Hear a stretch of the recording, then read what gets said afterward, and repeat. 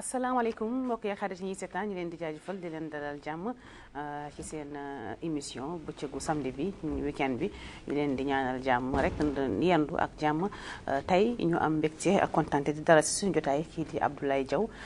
Diaw di ab ndaw bokk ci réew mi nekk doomi réew mi ñu ràññee ko bu baax ci li nga xamante ne ni moom moo di réseaux sociaux yi ndax ay position ak ay kàllaama yoo xamante ne ni mu ngi ko fay yëkkati dañ koy bàyyi mu nuyoo ak yéen ràññew suñu waxtaanu bis bi Abdoulaye. Ça va Mina, j'espère que yaa ngi si jàmm. ma lay remercier si invitation bi ma def bi tey. jërëjëf te kontaan ci télévision bi di nuyu mbaa mbokk Mauritanie yëpp incha allahu rabbi. yaakaar naa ne nag ci suñu waxtaan bi tey moom dinañ ci génne njëriñ ba nga xam ne ni dina jëriñ askan bi. dëgg la et surtout ñëpp ñi nga xam ne ni ñoom ñoo leen di suivre je te remercie en tout cas. jërëjëf ñun tamit ñu koy jaajëfal ci wuy si bi ndaxte jotam matewu ko mais jëm nañ ko ci xaj-xajal Abdoulaye Diaw pour ñi la xamul. première fois ngay ñëw si télé bu Mauritanie kan mooy Abdoulaye Diaw. bon Abdoulaye Diaw Mauritanien un jeune Mauritanien ñu bëri xam noonu ma fii ci Mauritanie laa màggee. fii laa juddoo sax màggee fii. daf fi samay études ba yàlla daf nekk ni nag. Après mes études nag ma am opportunité dem continuer samay études en France donc voilà fa laa amee samay diplôme pour ñu ma xam ni quand même de près xam nañ que ni bien que maa ngi woon France di def samay études mais bàyyi woon naa fi tànk te lépp li nga xam ne ni maanaam moo jëm si samay wàllu pas-pas si réew mi laa ko jëmale maanaam ci côté investissement ak en tout cas jóge naa réew mi mais toujours j'ai gardé contact avec ce pays là que j'aime beaucoup qui est mon pays. Voilà donc du ma doon ki nga xam ne ni moom sore na réewam dëddoo ko gannaaw quoi donc lépp ñu ngi ko siy def quoi. macha allah donc nga nekkoon ndongo daara doon jàng. dem France. mais bi nga jàngee ñibbi si Mauritanie pour liggéey foofu nga toog di liggéey. waaw France laa toog liggéey parce que xam nga par rapport ak sama parcours dama doon wut expérience xam nga boo paree jàng en Europe si yenn domaines yi foog nga toog ba yàlla may la nga am expérience ci sa domaine expérience boobu moo ñuy permettre ñun ñi nga xam ne ni ay doomu réew mi lañu dem bitim réew ba jàng ba am suñuy diplôme yu ñuy wuti ñu mën a compléter suñu diplôme yooyu par expérience bi nga xam ne ni moom la tubaab yi yor te ñu manqué ko fii tey waaw loolu nag moo taxoon ma toog fa bi yàlla demee nag ba waral ñu am expérience yaakaar que ni léegi am nañu la nga xam ne ni mën na jëriñ askan bi ñu jéem a dellu si ndànk-ndànk nag d'une manière progressive xool li nga xam ne ni moom la ñu cële woon bitim réew lan lañ ci mën a def pour njëriñ askan bi gis nañu jeunes yu bari suñu demee bitim réew jàngi après dañuy préférer toog foofu noonu c'est-à-dire jël seen xam-xam jënd fa kër investir foofu noonu bàyyi réew bi nga xamante ne ni foofu la ñu jógee tey ban conseil nga am pour jeune bi nga xamante ne ni bëgg na dem xëy na moom mi ngi xalaat est-ce que dama war a toog wala dama war a ñibbi. bon xam nga nit ku nekk ak sa choix mais am na lan lu ñu ci mën a wax parce que bitim réew boo fa demee ak loo fa yàgg-yàgg di nga xam ne ni nekkoo sa réew nit ki loo mën a am ci àdduna sa réew moo ko gën donc ñun ñi nga xam ne ni yàlla may nañu ñu dem jàngi ji wuti xam-xam la ñu dem wuti ji bon en quelque sorte aussi ak alal wuti doole daal waaw wuti doole en quelque sorte te loolu bon mën nañ ko am bitim réew mais li may conseil ñi nga xam ne ni ñoom ñoo dem ba toog foofu je pense que ni ñoom dinañu rendre compte avec le temps que ni foofu du seen place ak loo mënti am ak loo mën a intégré wu à l'étranger di nga am benn manquement bi nga xam ne ni toujours di nga koy ressentir parce que nekkoo sa réewu jàmbur nga nekk te ñun li nga xam ne ni tey Mauritanie lépp la ñu jox maanaam ci wàllum formation wàllum éducation ak ainsi de suite ba yàlla def que ni tey bu ñu nekkee bitim réew il faut le dire c'est à cause de l'état mauritanien tey si tey sama cursus scolaire yëpp maa ngi ko passé si école publique université Nouakchott pendant 4 ans donc état bi dafa investir ci man léegi bi état bi demee ba investir ci man ma egg dimension ba nga xam ne ni tey si tey mën naa jëriñ askan wu nekk man mi nga xam ne ni yàlla may na ma ba ma dem jëriñ tubaab yi maanaam liggéeyal leen ñoom si seen entreprise yi contribuer partager sama xam-xam loolu bu fekkee mën naa ko def à l'étranger Mauritanie moo gën yelloo ça veut dire que foog ñu delloo njukkal réew mi nga xam ne ni moom moo ñu defar moom moo ñu former bu ñu nekk ay tuutànk investir ay millions wala ay milliards même ci ñun il faut ñu am reconnaissance boobu vis-à-vis sunu réew ñëw développer ko taxawu leen aussi parce que la Mauritanie a besoin de sa jeunesse, la Mauritanie aussi a besoin voilà de toutes ces potentiels qui sont à l'étranger. Donc loolu moo tax nag su ma amee benn lu may wax ñi nekk ñi bitim réew te dem jàngi ji woon wala wuti ji xam-xam ngir yàlla na ñuy xool sunu gannaaw te amuñu lu gën Mauritanie. macha allah wa tabarakallah yow nag ñu gis ni bokk nga parmi les rares jeunes yi nga xam te ni dañoo teel a investir seen dëkk teel ko gëm. lii nga xam te ni moom moo di wàllum e-commerce. mun naa ni bi nga siy dugg Mauritaniens yu bari duggoonu si nga osé. dugg si macha allah def ci ay performance. ban relation la ñu war a am. ak li nga xam ne moom moo di informatique. Bon, en ce qui concerne les investissements au pays, moi j'ai toujours cru à la Mauritanie. Hein, donc voilà, bon, non seulement que je suis un Mauritanien, mais fii laa xam, fii laa màggee, fii laa juddoo ak lépp lu ma am comme ni ma la ko waxee rek Mauritanie moo ma ko may. njukkal boobu nag am nañu benn amour ba nga xam ne ni ak sunu réew je pense que dara mënu ko dindi tey dëkk bi en tout cas moi d'après mes convictions lépp lu ma am te ameewuma ko Mauritanie te jëriñul Mauritanie pour man c'est zéro. Donc loolu moo tax que ni depuis ma doon étudiant samay premier investissement Mauritanie laa ko def tout ce que j'ai gagné en Europe je l'ai investi ici dans ce pays-là. Donc bi ma di teg e-commerce je pense que j'étais beaucoup plus ambitieux par rapport à ça mais am na ay réalités de terrain yu def que ni peut-être que j'ai pas poursuivi mes objectifs jusqu'au bout mais quand même j'ai réalisé quelque chose dont je peux être fier. Après bon il n'y a pas que e-commerce investir naa si yeneen domaine que ce soit dans l'enseignement autre chose et puis même en France j'ai mon propre entreprise là-bas. Donc mais en tout cas même cette entreprise dont je dispose en France dafa doon da ngaa xam ne ni aussi ça contribue à l'économie mauritanienne donc c'est quelque chose que j'ai tissé entre la Mauritanie et la France. Donc voilà. Sama objectif loolu la toujours comment gagner de la richesse et le rapatrier ici et essayer de créer aussi des emplois et puis l'économie locale faire bouger quoi à notre niveau quoi. D'accord donc man bu may wax ni e-commerce bi pas que structure bi wante le fait que nit ki di jaar ci internet pour jaay xëy na yéen foofu loo xam ne lu naturel la mais fii ba nga koy xëy na yow ngay commencer ce n'était pas loo xam ne ce n'était pas évident mais dafa mel ne après aussi nit ñi commencé dañ topp mouvance boobu que di jaay si internet autant y avait que Facebook léegi xëy na yeneen réseau judd nañu ba affaire bi daal di gën a yaatu wax nga investir nga ci éducation lan nga def ci wàllum éducation. Bon éducation moom am na école bu ñu taxawal mu tuddee cellule du savoir côté Basra. Donc bu ñu ko lancé sax on a accueilli tout de suite plus de 300 élèves dans un quartier défavorisé. On fait tout pour que les gens aient accès à une éducation bon privée plus ou moins de qualité. Voilà subventionnée quoi. Donc xale yi ñi nga xam ne ni amuñu moyen mën am accès ci éducation boobu quoi. Voilà foofu moom def nañ ci dara macha allah depuis presque 4 ou 5 ans. L'école tourne avec des infrastructures que nous disposons actuellement et nous faisons tout pour que affaire bi jëm kanam maintenant su may ñëw ci affaire e-commerce bi bon on l'avait repensé comme nu muy demee Europe maanaam des ventes en ligne ainsi de suite warul woon sax à la base am magasin physique quoi donc concept bi loolu la woon de départ mais bu ñu lancé parce que bu ñu lancé projet bi rek on a lancé tout de suite un site internet avec des systèmes de commande et tout ça là donc en ligne bu ñu mën la livrer tout ça fonctionné nañ ci benn instant mais ressources yi ñoo manqué ñi nga xam ne ñoom ñoo waroon gérer toute cette partie complexe du e-commerce ñoom ñoo mënuloon tenir le rythme quoi donc on s'est replié un peu pour choisir à mettre en avant sunu magasin physique et xam naa ni concept bu ñu ci loon au départ dina dellu si waat mais loolu day laajte encore plus d'organisation et surtout am ay ressources yi nga xam ne comme genre Amazon ak kii site yu mag yi nekk à l'étranger di jaay effectivement te fekk amuñu sax boutique effectivement bon xam nga Amazon nag dafa doon genre boutique en ligne bon nu mu organisé wu c'est extraordinaire da nga am commerçant bu nekk mën nga ñëw ubbi sa propre marketplace la quoi ku nekk da nga am sa place nga ñëw nga jaay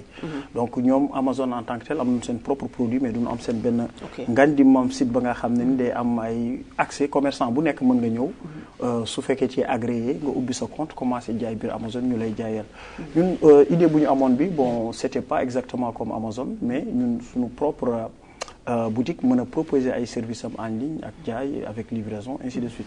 Donc man j'ai eu à travailler sur le compte de Amazon et Cdiscount donc en tant qu'ingénieur en statistique et j'étais dans une agence de communication donc ñun ñoo doon booster entreprise yu bëri yi nga xam ne ni si marketplace yooyu lañ doon jaar pour ñu mën a jaay seen produit donc le concept on le connaît très bien on le maîtrise. Mais après pourquoi pas ne pas faire local. Si on peut le faire. essayer jël entreprise mauritanien yëpp. créer leen benn espace e-commerce. waaw loolu xel la mais les gens sont un peu réticents par rapport à tout ce qui est high-tech quoi. xam nga les gens ne connaissent pas l'importance même de la marketing soo xoolee tey du marketing plutôt soo xoolee tey en Mauritanie le secteur n'est pas très développé. xam nga ñun man su ma comparé tey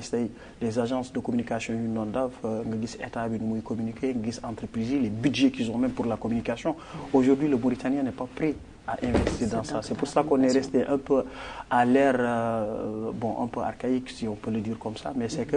développé gul quoi fu mu koy xaaree parce que fii soo xoolee ay monolevier wala bilevier ngay gis quoi. Alors que dans la communication il y a multilevier d'une manière générale il y a les réseaux sociaux t'as les displays t'as les pré-rolls ainsi de suite donc complexe la c'est que ensemble de leviers lu ñuy activer pour mën a vraiment communiquer lu ñuy wax en multidimensionnel donc loolu bu dee experts yi nga xam ne ni ils ont fait de la communication dégg nañu lu ñuy wax dañuy comprendre exactement fu ñu jëmee.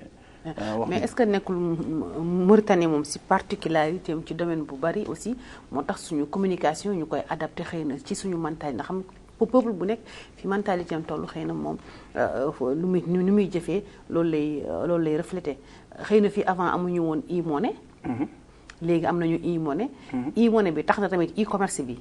développé. parce que léegi même bu fekkee c'est pas quelque chose de formel. mais jaaykat bu nekk am nga sa page TikTok sa page Instagram page Snap ak yooyu. boo xamante ne ni yaa ngi fa def sa numéro di jaay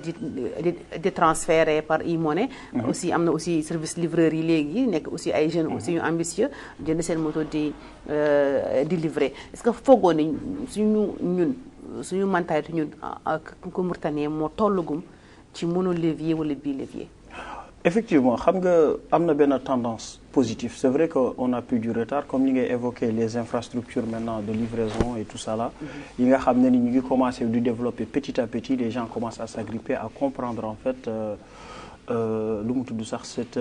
manière de vendre à distance et de livrer et tout ça là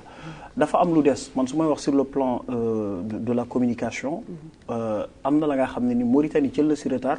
mais mënoon na nekk à la hauteur par exemple soo xoolee les pays voisins par exemple je donne l'exemple du Sénégal ils sont très avancés sur le plan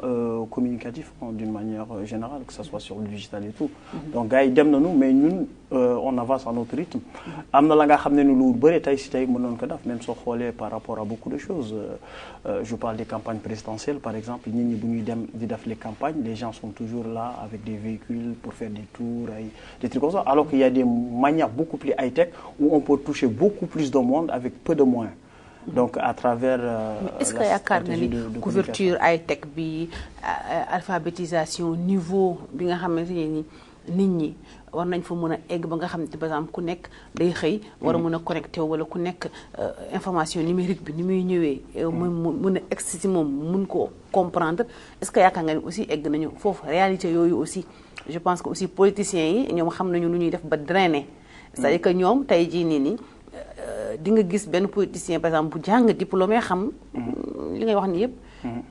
mais moom ñan la nekkal en face ñan lay dem seeti xam nga même déjà couverture internet bi déjà est-ce que c'est effectif ci partout ci territoire national si xam nga en fait même les politiciens en Europe sont comme nos politiciens ils ne connaissent rien en digital c'est un métier c'est un métier donc il faut être expert dans le domaine pour pouvoir comprendre en fait cette complexité là si la Mauritanie aujourd'hui les gens sont ultra connectés je vous le répète ultra connectés parfois même plus connectés que les Européens loolu ça peut choquer mais aujourd'hui tout le monde dispose d'un smartphone voilà et de sa connexion maintenant les gens sont plus sur les réseaux sociaux ñu ngi ci réseaux sociaux nga baal ma parfois day rëcc nag ma def fu sore ñi ñaa ngi plutôt sur les réseaux sociaux donc avec leur smartphone tout le monde est connecté soit ñu ngi ci WhatsApp ñu ngi ci TikTok ñu ngi ci Facebook donc déjà yooyu c'est des leviers très puissants donc les gens sont connectés déjà du moment que les gens sont connectés ça veut dire qu'ils sont touchables donc il y a forcément am na moyen ba nga xam ne nit ñi mën nañ ko def pour jéem a waxtaan ak nit ñi def ay communication à travers ces tunnels yooyu donc nga baal ma nag ci français. non c'est pas grave on comprend. léegi suñu jógee ci monde communication. en tant que dañuy dellu si wàllu investisseur en tant que investisseur. yan problème nga rencontré fii sur le terrain. xëy na yoo xalaatul woon bi nga parce que bi nga amee force ak courage jël lépp li nga am indi ko.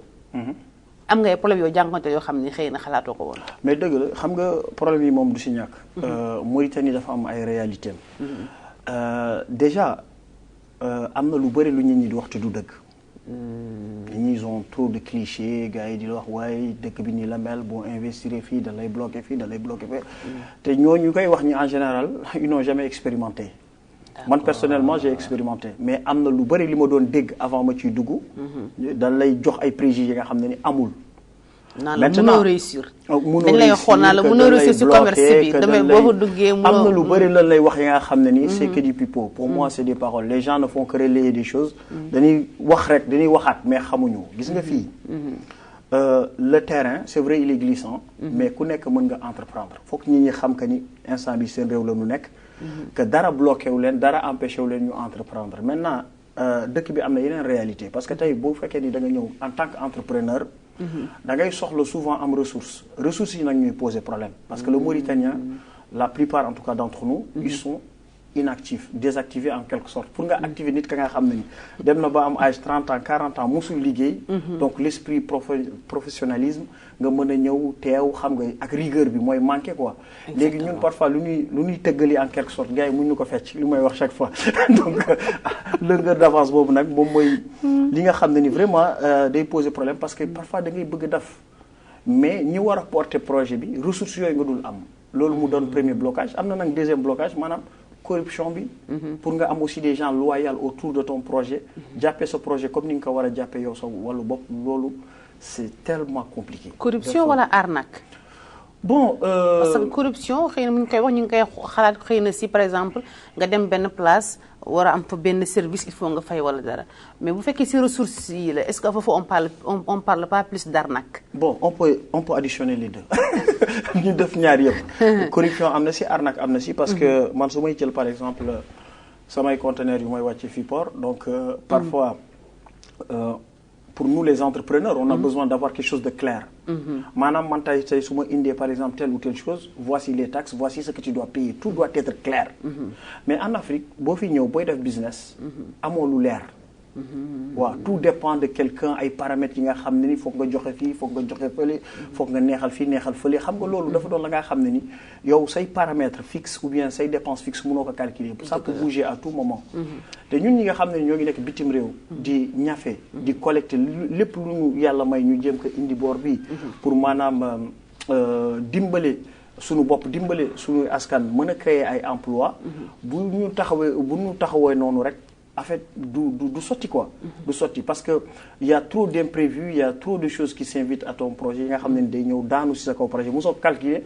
mu suuxal la quoi donc du ñu war a am yenn facilité que ñu xam ne ñun ay Mauritaniens de l'étranger la ñu lépp lu ñu def même bu ñu amee sax ay problèmes yi nga xam ne c'est des véritables problèmes du ñu war a am yenn facilité yi parce que ñun par exemple bu fekkee da ngay taxawal un conteneur ici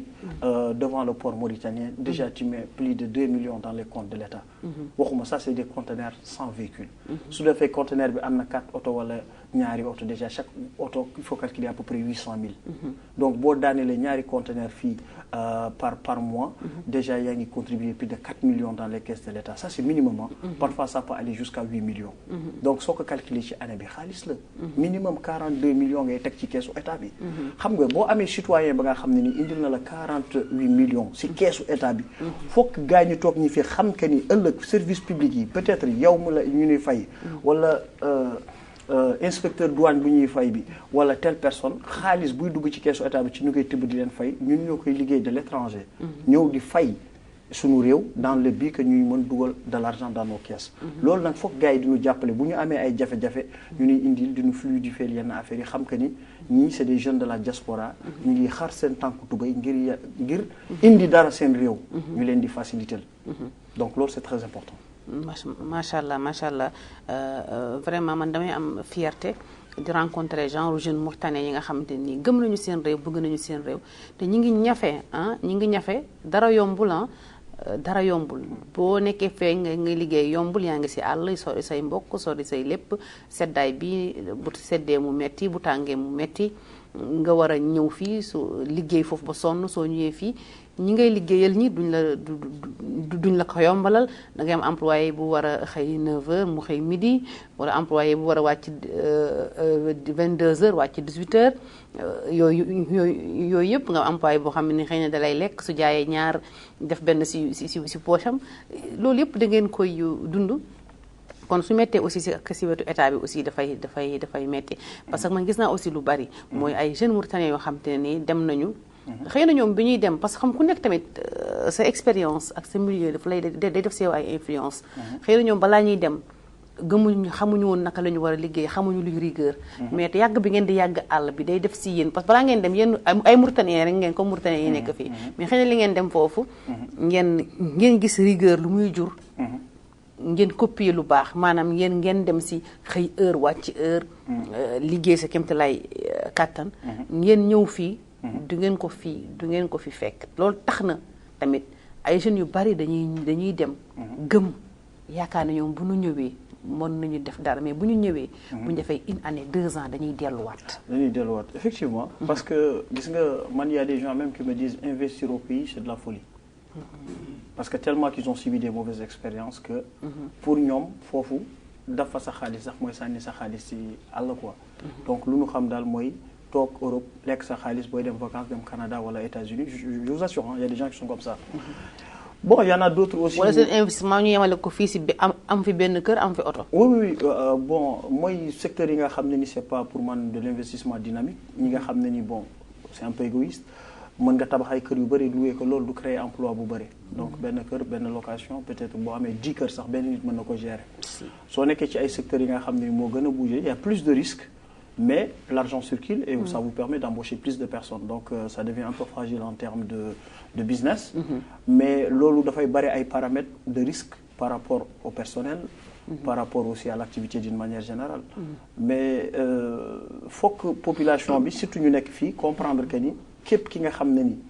jël nañu ñaar dërëm jëlee ko étranger dénk la ko fii comme ni nga ko waxee rek ça a été gagné dans des conditions très difficiles les gens se battent dur pour gagner leur vie et ñu ngi am seen ay charges foofu ils ont de la famille et tout il faut que se nourrissent fay location fay impôt dañuy privé seen bopp lu bëri pour mën ko indi fii parfois nit ki da ngay xool portable am diire na ay 56 ans changé wu ko bon lu mu lekk da koy te ñun fii portable bu bees bu génn ñu jënd ñu effectivement donc xam nga Europe day yar nit parce que ñun en Afrique on a la facilité souvent boo nekkee kër papa ak yaay ñu lay jox ngay jënd ngay lekk ngay naan même boo xëyul di nga am foofu fanaan di nga am loo lekk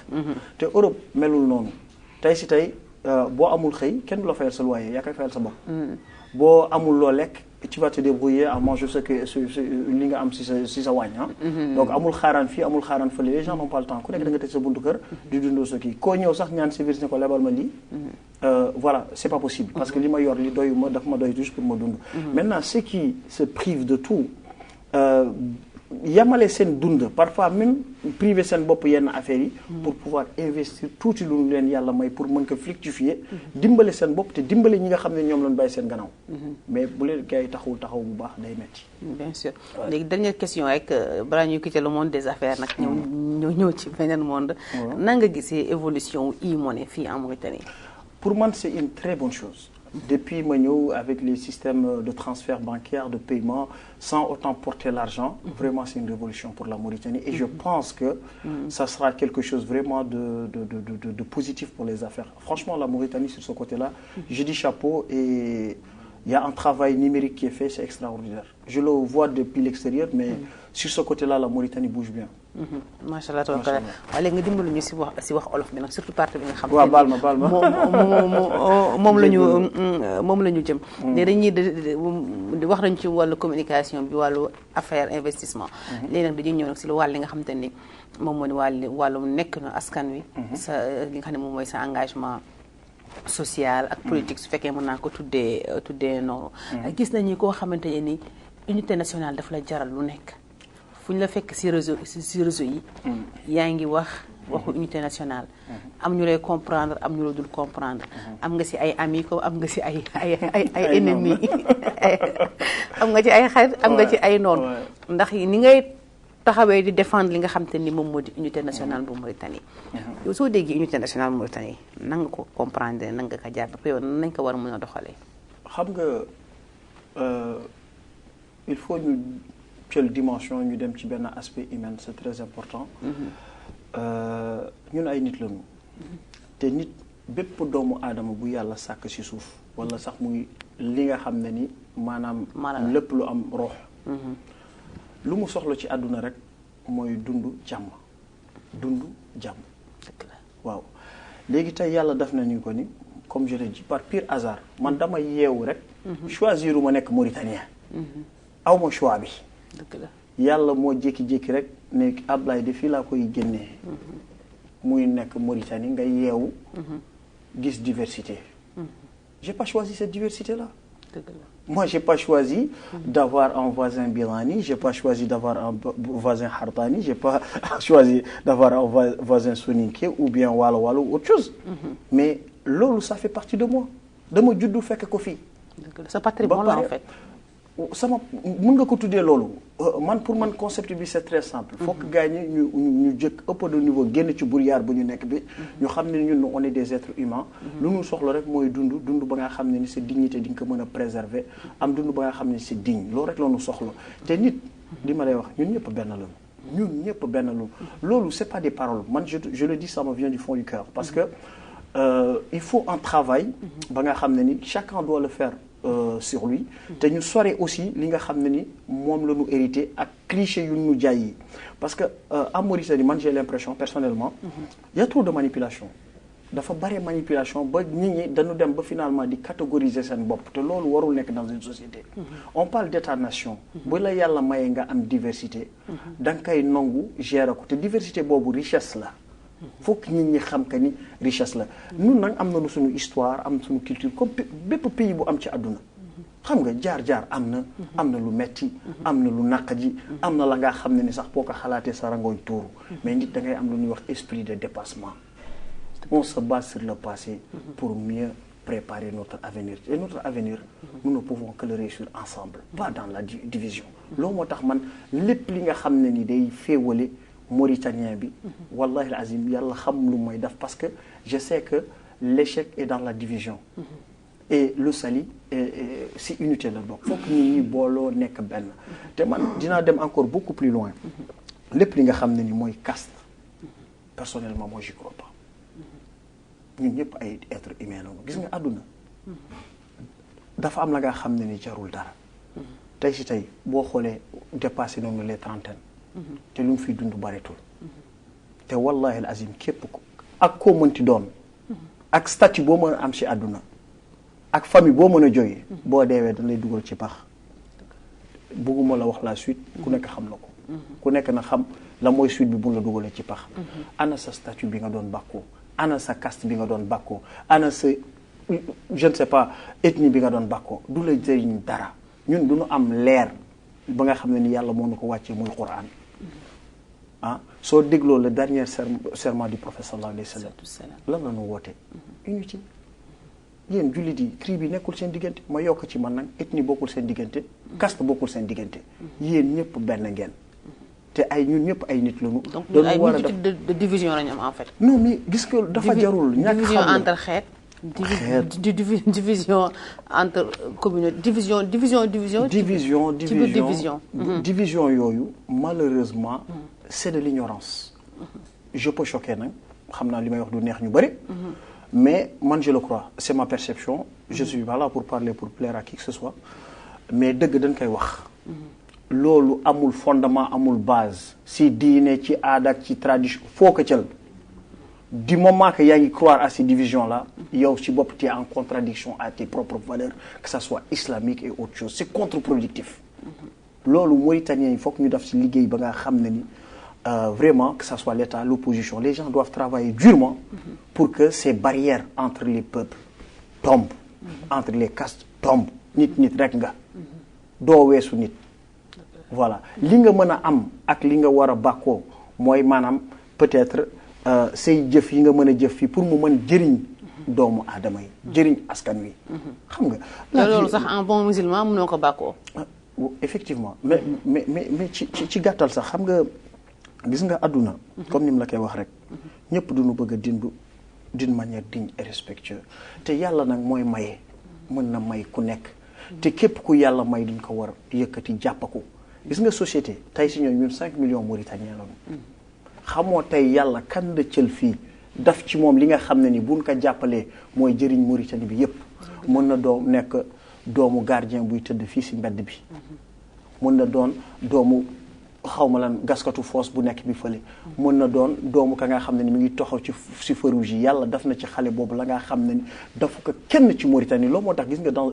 il faut valoriser l'être humain nit si boppam nañu war a jox chance valeur parce que kenn xamul dama ni la xale yu fiy juddee yëpp ay doomu Mauritanien la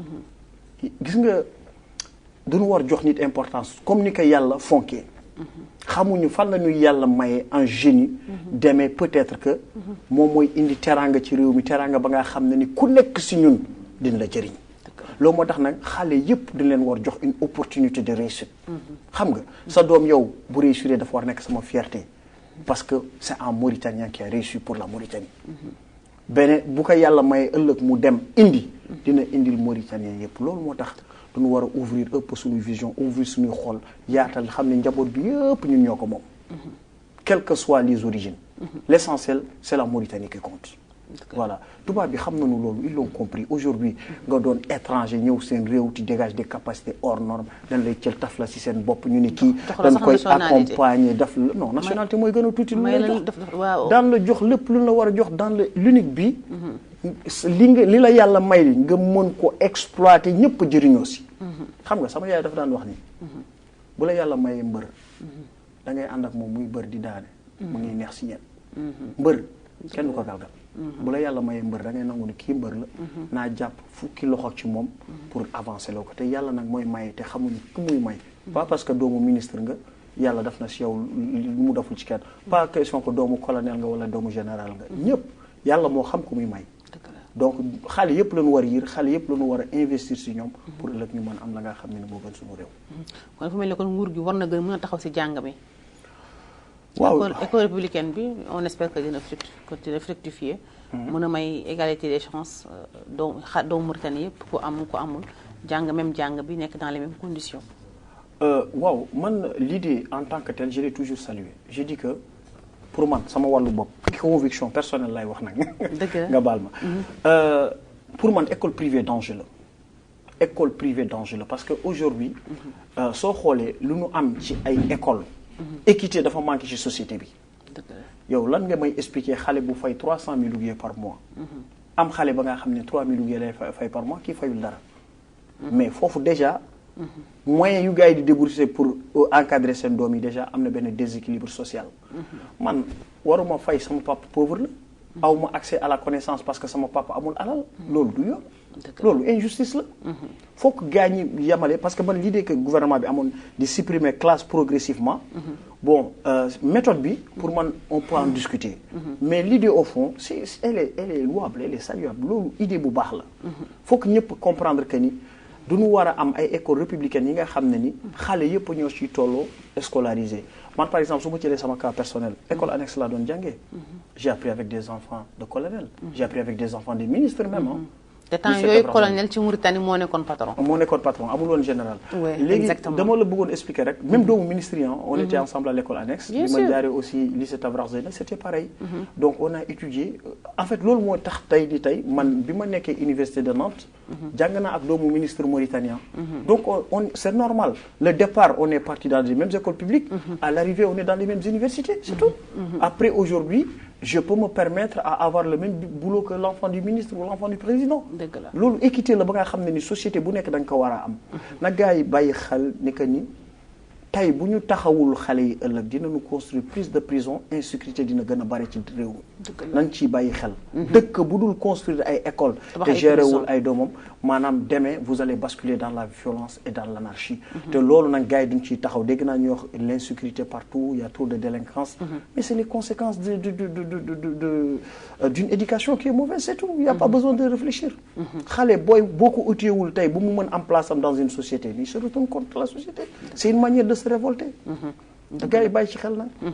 fa tabarakallah macha allah ñëw nañu si wàllum li nga xamante ni moom moo di unité nationale ñu ñëw nag ci li nga xamante ni moom moo di wàllum politique yow da nga bokk si ñi nga xam ne dañ naan jeunes yi dañoo war a def politique dañoo war a engagement am engagement ci politique bi waruñu bàyyi politique bi yow pour yow politique lan la gis nga politique boo xoolee définition si nasaraan c'est l'art de gérer la cité maanaam sunu réew nan nañ koy doxalee réew nag dafa am lu ñuy wax ay charte yi mooy lan mooy ndeyu loi yi moom la ñuy wax la constitution depuis la constitution on a décliné des lois donc constitution boobu moo tax yow ñu ni la mauritanien nga moo tax man ñu ni ma mauritanien la moo tax keneen ak keneen ñu définir la même sunu président de la république tey si tey yàlla def na ni que ni constitution moo tax mu doon président donc dafa am statut bu leer nañ ci constitution bi donc réew nu muy doxee mooy constitution institution képp ki nga xam ne ni da nga bëgg am changement ci tarixa boobu nga ko mën a amee amul beneen on est dans un état de droit et de démocratie loolu la ñu wax y a pas de démocratie nag parfaite loolu je vous le dis tout de suite il y a pas de pays où il y a pas d'injustice il y a pas de pays où on bafoue pas les droits loolu dafa am fépp maintenant à des niveaux la boo ko bëggee changer il faut que nga am un engagement et engagement boobu ça doit être cadré dans un cadre légal boobu nag mooy que ni la seule voie pour changer un pays ou changer un système c'est par la politique d'où l'engagement des jeunes yi nga xam ne ni tey si tey ils veulent le changement maintenant nag politique il faut le faire en connaissant nga am minimum de base nga xam luy réew xam réew nu muy doxee xam réew ci yan charte la war a doxee nga xam fi nga war teg sa tànk ak li nga war teg sa tànk li nga war a wax ak loo warul wax loo war a def te waroo ko def malheureusement tey si tey bugguma laal opposition bi mais damay wax ni on manque d'une maturité politique d'une manière générale donc voilà ça je le dis. te opposition bi nga koy accuser. pour man en fait il y a même pas d'opposition su fekkee dëgg rek nga bëgg. bon après mën na doon la nga xam ne ni ça peut choquer. yaay toog fii sama plateau bëgg ma indil problème. non indiluma la problème naan fii amul opposition. léegi opposants yi dégg ko attaqué ma man maa la. non en fait je suis sérieux franchement pour man su ma nee opposition amul dama ko teg ci ay firnde yu leer nañ. parce que waxal yow ni nga déggee opposition moo amul. waaye fii am na ay opposants. il y a ce qu'on appelle les règles de l'art en tout cas benn partie moom laa wax ni que ni mën na liggéey na mi ngi liggéey mi ngi am na infrastructure de parti. waaw léegi bu mu tudd benn parti. waaw ngir yàlla rek. parce que doo fi tudd fii benn parti di ma innaa ñu. non bale gars yi di la kii. waaw yow daal li nga ko déggee nga ni opposition moo fi amul. waaw d'accord avancer. pour man opposition dafa liggéey wala amul sax inexistant laa ko mën a considérer parce que li nga xam ne ni jëfewoo ko amul bu ñu xoolee aujourd'hui Mauritanie depuis ñu en tout cas man personnellement ba nga xam Mauritanie ba tey mosuma am alternance waaw léegi nag dëkk ba nga xam ne ni am na opposition te amul alternance nan la ko mën tudde ah non mais non loolu moom duñ ci mën a d'accord pas parce que non loolu mënul nekk mënoo nga ni parce que dëkk bi benn opposant musul ñëw pouvoir que amul opposition Mauritaniens yi bu fekkee ni ñoom projet bi leen opposition bi jaay ñoom doyu leen wala majorité des Mauritaniens yi loolu ñoom doyu leen loolu moo fi continuer gis nañu Rwanda Paul Kagame ma nga nele limitation de mandat foofu la peuple bi ñoom ñoo ko bëgg di ko jox di ko fal donc mënoo ñëw ñun Mauritaniens nga imposer ñu opposition parce que lii nii comme genre da nga ñu bëgg a forcer opposition alors que Mauritaniens ñoom en majorité ñoom ñoo décidé di fal pouvoir. léegi damay ñëw rek ci benn affaire. élection présidentielle passée yi. mais les critères pour aller aux élections ban parti opposition moo ko am. yëpp parce que le fait que conseil constitutionnel nangul leen seen ay dossier mooy que ñoom am nañu rempli yow yaa ko fi wax léegi nga ni réew mi ci constitution bi lay dox. constitution bi kat mooy garant am moo ko fi toogal fii di ko fi garanti mooy conseil constitutionnel. conseil constitutionnel kon yow su waxee ne diw am na. mën na dem. yow mënoo toog fi yow tamit nga wax fi la contre kon yow sama ci va te contredire. waaw léegi. non diw mën na dem xam nga. yow génnal foofu rek. waaw non waaw ma ñëw rek dama lay tontu fii rek comme ça ñu dem. parce que légalement li nga wax li dëgg la. ça reste valide du moment qu'ils ont été validés. dëgg la. mais dans quelles conditions ils ont été validés. normal condition foofu amul. foofu amul fay jàll. kenn ñooñu ragaluñu kenn amul dañ laa ragal ku buñ la jàllalul nga causé fii problème wala dara da ngay war a jàll waroo parce que am na fa ay gabari ñu xam ne yaakaar nañu ay mbër lañu. ñu bàyyi leen ñëw ba foofu seen dossier jàllu dañoo dem toogi. bàyyi ñi jàll dem. ma ñëw ci benn affaire. xam nga parfois. l'État peut permettre à certains candidats juste de participer aux élections dans le but de les rendre crédibles aux yeux internationaux. Parce que dans la démocratie, c'est pas bon dans l'image de la démocratie qu'un chef d'opposition ñu ni la demoo élection. Ce sera loolu day jouer ci crédibilité élection xaar ma ñëw démocratie bëggul loolu. mais fi may wax rek mooy que ni aujourd'hui pour nga nekk candidat déjà am na benn critère ba nga xam ne ni hormis benn candidat ou benn parti moo ko remplir mooy l'histoire des parrainages. léegi bu ñu jëlee parrainage yi tu dois avoir 100 parrainages dont les 5 sont les élus dont les 5 sont maires. voilà bu ñu xoolee opposition bi yëpp. wala l'opposition la plus radicale. donc ils ont même pas les 2%. xam nga lu tax ngay ree man lu may rek mooy yow li ngay wax nii wax bi ngay wax alhamdulilah rek bi na fi bàyyiloon nii. xam naa ni moom bu noonu réseaux sociaux yi xam naa da tudd ay tur tudd ay parti def yu kenn. non mais def yu kenn xamul li may wax ñëpp xam nañ ko. non jarul sax ma ci sore fi ñu toll nii moom yaa ngi dugg si mbirum tooñ. élection yi am na passé na. conseil constitutionnel ni mu validé ñëpp dañoo war a dem. bañ demee kii gagné na mi ngi fiy toog 5 ans ñu ngi koy ñaanal jàmm. di ko ñaanal salaam mu yóbbu réew mi fi nga xam ne ñun ñëpp foofu la ñu bëgg. léegi ba xam yow léegi kon yow léegi engagement politique. yow bu fekkee yéen tamit da ngeen bëgg a dugg ci politique bi. te yéen bu ngeen duggee ci politique bi ngeen bëgg ci dugg rek ak polémique ñu ngi leen di xaar xëy na. yéen ngeen di xaar ñun suñu doyen ñi lañ fi nekkee woon di politique ñun dañoo bëgg a ñëw indi fi politique bu bees boo xam ne xëy na suñu doyen yi seen xel eggul foofu wala mënuñu loolu. mais pas que yéen ngeen nekk ci réseau yi di xuloo rek di xeex di nga ñëw fii. ay kilifa yu dem élection ba pare nga bëgg naan leen fii ay yéen amul leen ak yéen kiiwul leen jaw génne si li nga nekk te nga wax ma yéen ndaw yi bu ngeen di wax seen engagement politique si lan ngeen yaakaar ne foofu ngeen war a gën a mën a focus xëy na def ko sax pourquoi pas différemment que niñ ko xamee. mais on est obligé de faire différemment parce que tout ce qu'ils ont essayé c'est voué à l'échec parce que c'est honnêtement li mu lay wax rek mooy que ni y a pas du sérieux. quand il y a pas du sérieux dañu toog ñu ne lii sérieux parce que yow du ma bëre ak yow ma naan la abal ma doole xam nga. gis nga bëre non pour man en fait c'est eux les problèmes. les problèmes non seulement parce que comme ni mu la ko waxee yow mënoo ñëw fii nga ne da ngay jàmbarloog pouvoir te pouvoir moo lay valider pouvoir moo lay dimbale su la pouvoir bi dimbalewul yow ñu teg règles yi ñu appliquer yow bokkoo. yow léegi pouvoir moo ni la man dama lay dimbale nga bokk su ma la dimbalewul yow on t'envoie à la poubelle yow bokkoo élection xam nga démocratie Mauritanie tey nañu waxante dëgg rek pour man instant bi le plus grand problème de la politique mauritanienne vient de l'opposition c'est ma perception nag après ku nekk mën nga am sa gis-gis ak sa xalaat pour man opposant amul li fi am pardon doo bàyyi wax sama kaw plateau non waaw am nga ay opposant ok am nga ay opposant amul problème léegi bu la neexee man sama perception lay wax après ça n'engage que moi léegi bu ñu ñëwee ci benn affaire te loolu fokk ñu bàyyi ci xel gis nga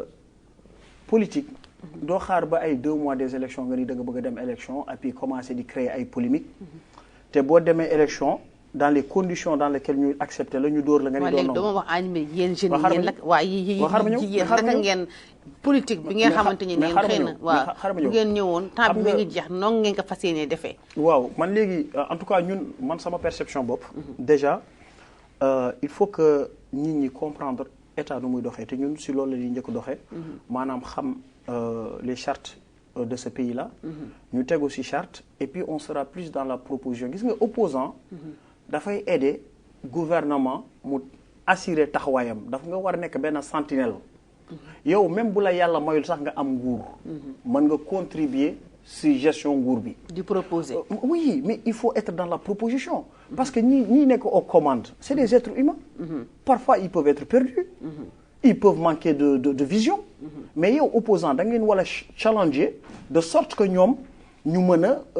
xam nga gis quoi ñu yeewu parce que dafa mel ni tey kon yow léegi opposant bi yow yaay nekk léegi di wax sa ay projet état di ko doxal non mais état tey mën na teg fii benn projet nga ñëw nga ni projet bi d'accord naa ci li ak li doxal bi ak li tegul ci yoon bu xaalis bi génnee ñu financer budget bi ngeen suivre bu gars yi galgalee xaalis ngeen ni ay fii am na galgal nga ñëw informer population bi yee leen ci lu bëri mais aussi da ngay nangul état bu defee lu baax nga ni lii de nu ndax baax na xam nga ñun on n'est pas des tubaab on ne s'oppose pas à tout dëgg fu mu nekk fa la ñuy nekk bu dee doxal bi baax na ñu ni baax na bu baaxul ñu ne fii baaxul ba pare boo nee baaxul da ngay wax lu tax baaxul ak nan la ñu war a def tu vois donc mu am benn genre est-ce que aussi yow ki nga xam ne sa wujju la peut-être moom li mu yor loolu nga bëgg est-ce que tamit di nga nekk naan ko fii baaxul ni nga ko war a defee mais gis nga il faut ñu am hauteur parce que ñun du très bien gis nga hauteur bu fa laa jëmoon mooy que ni ñun réew mi moo nu war ñor du sama intérêt du man idée bi ci man la jógee wala des trucs consort l'essentiel mooy na gars yi di doxal réew mi nay dox gars yi di ko doxal comme nu mu waree te loolu yow tey sa idée boo ko amee wax ko joxe ko sur la place publique challenger état bi pour que ñoom ñu mën a am tamit fu ñuy duyee de temps en temps ay idées yi nga xam yow boo gouverné wul teg say idée jaar mais loolu déjà baax na du askan bi rek la ñu bëgg dimbali si bien on fait de la politique dans le but de pouvoir gérer notre pays voilà c'est tout man je le vois à ce sens-là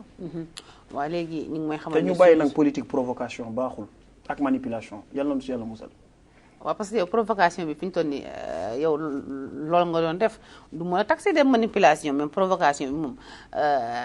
yow moom yaa ngi ci léegi ñu ngi may xamal ni suñu waxtu bi daanaka jeex na lan ngay tàggatoo bu fekkee ne am na loo xam te xëy na di tene nga wax ko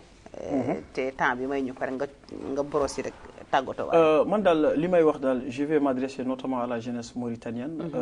j'espère que ci wolof waaw nga baal ma j'espère que incha allahu rabbi projet yu ñuy dégg lépp c'est les 5 mandats qui vont venir du président de la République et notamment il a parlé beaucoup wax na ci projet jeunes yi dina dimbale jeunes yi ak yooyu mu doon la nga xam ne ni lu baax la parce que dëkk bi am nañu potentiel si jeunesse bi bari nañu ay jeunes macha allah te foofu la ñu war dugal investissement yi nag ñu ngi toog di xaar yan projet la ñuy proposer jeunes yi loolu mu doon la nga xam ne ni vraiment su ko defee comme nun ko waxee ni moom dina doon dimbal bi nga xam ne ni dina doon jëriñu réew mi yëpp donc aussi may wax jeunesse bi nanu cultiver wu surtout nit ñi nanu def tout pour yàlla may leen incha allah rabbi ñu impliqué wu plus dans la politique et surtout ils le font intelligemment et surtout de s'éloigner aussi de tous ces politiques là qui sont dans la manipulation ak affaire yooyu gars yi parfois lu bëri lu leen di wax wallahi du moom moo am réellement sur le terrain quoi foog gars yi dem di jàng am esprit critique gis nga jeune bu la yàlla mayee nga am kii lu mu tudd sax énergie nga am pas-pas ak xalaat da nga war a di gëstu lu bare du lu ñëw rek nga cël ko nanu arrêter d'être naïf quoi il faut prendre un peu de recul savoir aussi décortiquer tout ce que les politiciens nous amènent surtout de l'opposition pour man y a trop de manipulation nga baal ma nag vraiment waaw kon nag boo koy xarit yi seetaan def naa lu ne de pour mu bañ fi attaquer opposition mais moom waa tuddoo kenn te xam naa moom bu ñu la bàyyi woon rek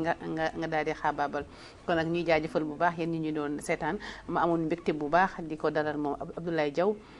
ci suñu plateau mu nekk macha allah un jeune mauritanien nekk entrepreneur nekk tugal mais xelam ak xolam ak dooleem yëpp mu def ko indi si biir réew mi ñu koy jaajëfal di ñaan jeunes yëpp yu mel ne moom bu jeunes yëpp def comme moom dina jëriñ réew mi di jaajëfal ñëpp di jaajëfal sama réalisateur ci xaabaabal bi ak équipe technique bi mu àndaloon yëpp di leen jox dig daje ba beneen yoon incha allah.